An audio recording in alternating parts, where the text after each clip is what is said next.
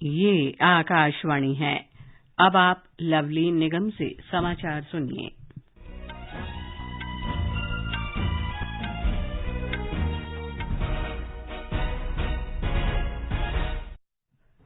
केंद्रीय गृह मंत्री अमित शाह जम्मू कश्मीर के 3 दिन के दौरे पर कल शाम जम्मू पहुंचे।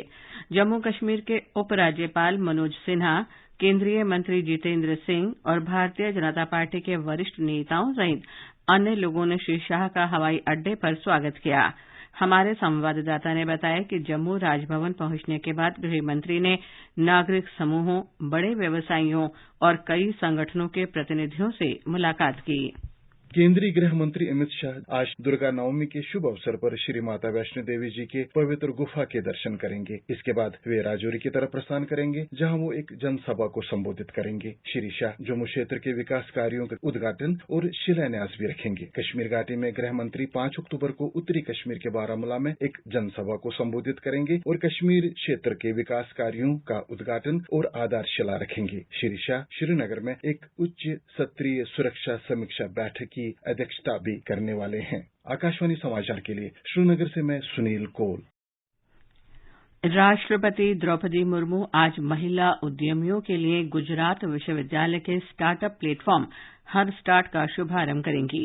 वे अहमदाबाद में गुजरात विश्वविद्यालय में शिक्षा और आदिवासी विकास से संबंधित विभिन्न परियोजनाओं की आधारशिला भी रखेंगी। राष्ट्रपति ने कल गांधीनगर में GMERS परिसर में 1,330 करोड़ रुपए की विभिन्न परियोजनाओं का उद्घाटन और शिलान्यास किया। इस अवसर पर उन्होंने कहा कि ये परियोजनाएं लोक कल्याण में योगदान देंगी। गुजरात के विकास से जुड़ी स्वास्थ्य, मेडिकल एजुकेशन, सिंचाई, सड़क निर्माण तथा शिपिंग और वाटरवेज से जुड़ी विभिन्न परियोजनाओं का शिलान्यास और लोकार्पण करने का अवसर मिला। इन परियोजनाओं से रोजगार के नए अवसर पैदा होंगे तथा हमारे किसान भाई बहनों, छोटे व बड़े उद्यमियों को व्यापार के ओर अधिक अवसर मिलेंगे। राष्ट्रपति ने किसानों के बीच प्राकृतिक खेती के बारे में जागरूकता लाने के लिए गुजरात के राज्यपाल आचार्य देवव्रत के प्रयासों की सराहना की। उन्होंने कहा कि गुजरात के किसानों ने कृषि विकास के क्षेत्र में कई सफल प्रयोग किए हैं। श्रीमती द्रौपदी मुर्मू ने गांधीनगर सिविल अस्पताल में सुपर स्पेशलिटी अस्पताल और क्रिटिकल केयर सेंटर की आधारशिला रखी। उन्होंने कहा कि स्वास्थ्य सेवाओं के क्षेत्र में गुजरात ने कई उदाहरण प्रस्तुत किए हैं।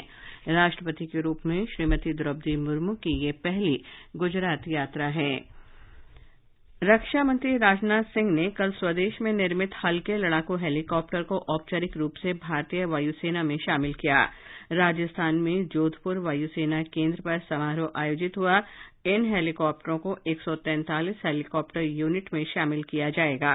हल्के लड़ाकू हेलीकॉप्टरों को प्रचंड नाम दिया गया है। इस अवसर पर श्री राजनाथ सिंह ने कहा कि हल्के लड़ाकू हेलीकॉप्टरों के शामिल होने से वायुसेना की युद्धक क्षमता बढ़ेगी और आत्मनिर्भर भारत की दिशा में ये एक बड़ी उपलब्धि है। हिंदुस्तान एरोनॉटिक्स लिमिटेड ने इन हेलीकॉप्टरों को विकसित किया है। अत्याधुनिक लड़ाकू हेलीकॉप्टरों को ऊंचाई वाले क्षेत्रों में तैनाती के लिए डिजाइन किया गया है। दुनिया में ये ऐसे हेलीकॉप्टर हैं जो 5,000 मीटर की ऊंचाई पर हथियार और ईंधन लेकर उड़ान भर सकते हैं। इन हेलीकॉप्टरों में 2 शक्तिशाली इंजन लगे हैं और इनमें राडार से बचने की विशेष क्षमता है। हल्के लड़ाकू हेलीकॉप्टर हवा से हवा और हवा से जमीन पर मार करने वाली मिसाइलों, 70 mm रॉकेट और 20 mm की बंदूक की सुविधाओं से युक्त हैं।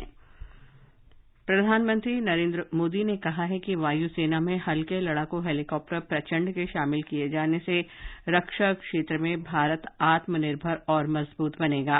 प्रधानमंत्री ने एक ट्वीट संदेश में कहा कि ये दिन 130 करोड़ भारतीयों द्वारा देश को मजबूत बनाने के लिए सामूहिक संकल्प लेने का विशेष अवसर है।